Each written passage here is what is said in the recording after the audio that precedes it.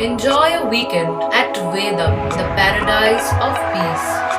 A home away from home.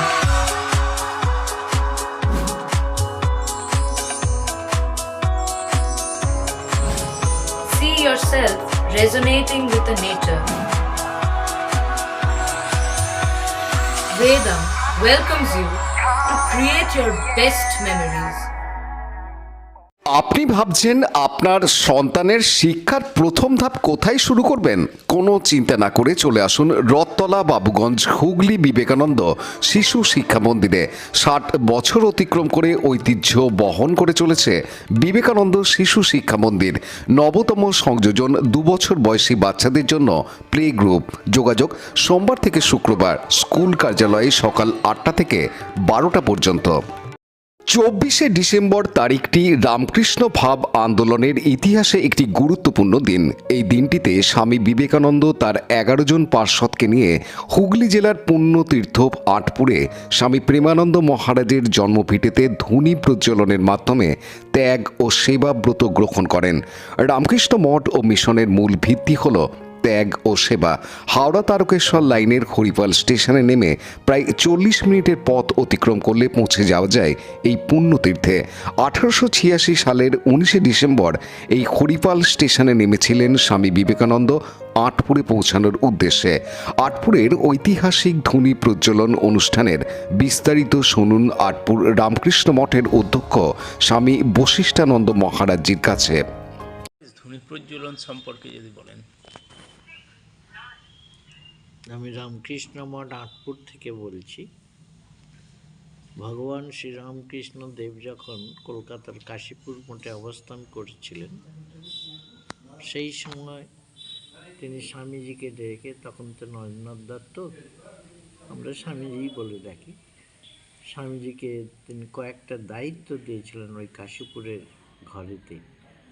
একটা দায়িত্ব ছিল, শ্রীরামকৃষ্ণ দেব বলেছিলেন যে আমার অবর্তমান যেসব যুবকবৃন্দরা আছে, স্বামীজির মতো নরেন্দ্র, কালনিরঞ্জন, শরৎ, শশী, তারক, এইসব যারা আছেন, তাঁদের যেন স্বামীজি একসাথে ওদের ভালোবাসা দিয়ে বেঁধে রাখেন, এবং 2 নম্বর, ওরা যেন বাবা মায়ের প্রেশারে বাড়ি ফিরে না যান। 3 নম্বর, যেমন ভগবান বুদ্ধ এক সঙ্গ তৈরি করেছিলেন, সেই রকম স্বামীজি যেন এক সন্ন্যাসী সঙ্গ তৈরি করেন। এগুলো স্বামীজিকে ভগবান শ্রীরামকৃষ্ণদেব নিজেই সব ইনস্ট্রাকশন দিয়েছিলেন, এবং সেই হিসেবে প্রতীকী গেরুয়া কাপড়, রুদ্রাক্ষ 11 জন ত্যাগী সন্তানকে শ্রীরামকৃষ্ণ নিজের হাতে দিয়েছিলেন। শ্রীরামকৃষ্ণ নিজেও গ্রহণ করেছিলেন। যখন শ্রীরামকৃষ্ণদেবের শরীর চলে গেল 1886 খ্রিস্টাব্দের 16ই আগস্ট, তারপর তাঁদের যে খুবই কষ্টকর অবস্থাটা ছিল, সেই কষ্টকর অবস্থাতে দেখে বাবুরাম মহারাজ অর্থাৎ স্বামী প্রেমানন্দজি এখন যিনি, তাঁর মা অর্থাৎ এই আটপুর থেকে তাঁর ছেলেকে পাঠিয়ে স্বামীজির কাছে আটপুরে এসে অবস্থান করবার জন্য আহ্বান জানান। যেহেতু নরেন এবং বাবুরাম দুজনই আটপুরে আসবেন এরকম ঠিক হয়েছিল, কিন্তু সেই খবরটা সকলের কাছে ছড়িয়ে পড়ায় তখন স্বামীজিকে তারা রিকোয়েস্ট করেন আমরাও আটপুরে যাব। সেই হিসেবে 1886 খ্রিস্টাব্দের 19শে ডিসেম্বর ফ্রাইডে তাঁরা এই আটপুরে আসেন। তারা ছিলেন 9 জন, এবং বাবুরাম মহাজির মা তাঁদের সব নিজের সন্তানের মতো সকলের সেবাদি করেন।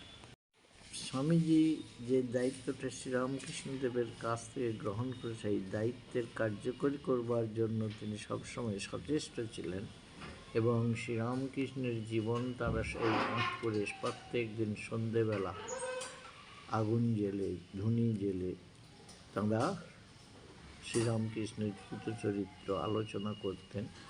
এছাড়া আরও মহাপুরুষদের, ভগবান বুদ্ধ, জেসাস, সব কিছু ধর্মের সব ধর্ম আলোচনা করতেন, এবং তারা শ্রীরামকৃষ্ণের জীবনটা বিশেষ করে আলোচনা করতেন এই জন্য যে তারা শ্রীরামকৃষ্ণের কাছ থেকে সব কিছুই পেয়েছেন, ত্যাগের মন্ত্র, সেবার মন্ত্র, এবং ভালোবাসার মন্ত্র, প্রেমের মন্ত্র।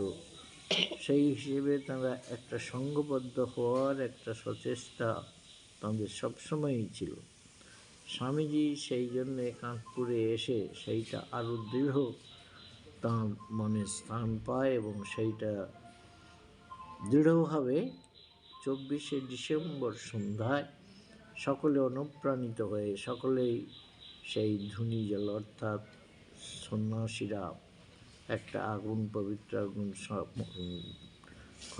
আগুন জ্বেলে পবিত্রভাবে সেই আগুনকে তারা সেই দেবতার আবির্ভাব হচ্ছেন বলে সেখানে মনে করেন। সেই অগ্নিকে সন্ন্যাসীরা ধুনি হিসাবে খুব শ্রদ্ধা করে এবং পুজো করে এবং সেই ধুনি অর্থাৎ অগ্নি স্পর্শ করে স্বামীজি এবং আরও 8 জন স্পর্শ করে তারা শ্রীরামকৃষ্ণ যে দায়িত্বটা দিয়েছেন তারা সেটা তারা বলেন তারা কেউ আর বাড়ি ফিরে যাবেন না।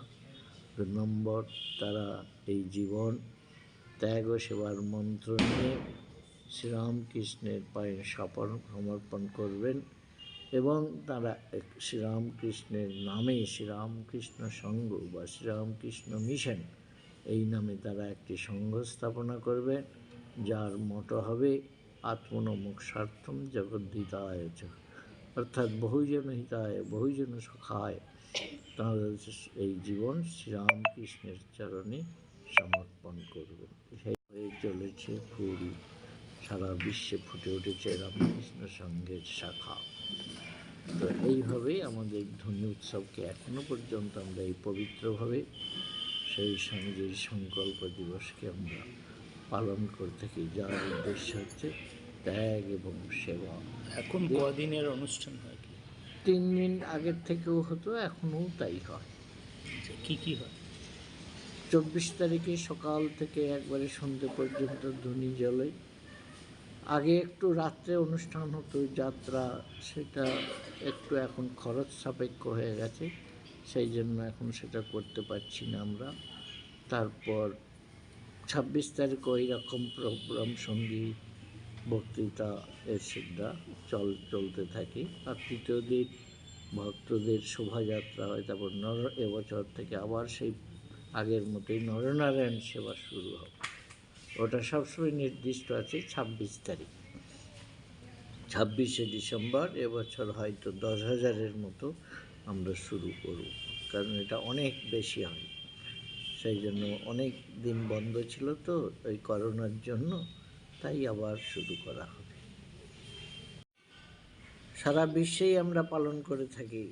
আমরা সেই দিনটা হচ্ছে ক্রিসমাস ইভ নামে 24শে ডিসেম্বর সারা বিশ্বে পালন করে থাকি। সেই উৎসব কিন্তু আমাদের সঙ্গেতে শ্রীরামকৃষ্ণের যে আদেশ, সেই অর্থাৎ স্বামীজির যে দায়িত্ব, সেই অগ্নিস্পর্শ করে শপথ নিয়েছিলেন যে আমাদের ত্যাগ ও সেবায় আত্মনমোক্ষার্থম জগদ্ধিতায় যে সঙ্গের মূল আদর্শ, সেই আদর্শে আমরা অনুপ্রাণিত হয়ে চলব। এই সংকল্প নেওয়ার জন্য আমরা প্রত্যেক বছর ধর্মীয় উৎসব পালন করে থাকি এবং যারা রামকৃষ্ণ সংঘের সাথে সম্পৃক্ত আছেন, সংযুক্ত আছেন, তারা অবশ্যই সকলে এই দিনে এসে ঠাকুরের আশীর্বাদ পাবো এই আশা রেখে সকলে যোগদান করবে। সৌমিত্র সিংহের report, Hooghly TV.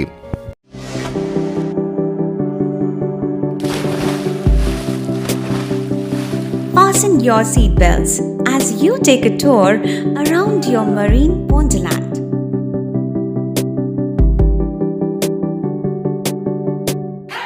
Spend a day at Aqua Marina and enjoy an array of water slides that give you butterflies in your tummy.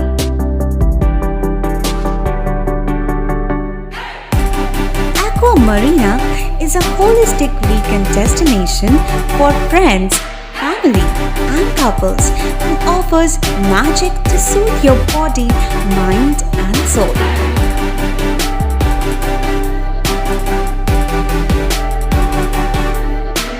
Aqua Marina, your customized magician.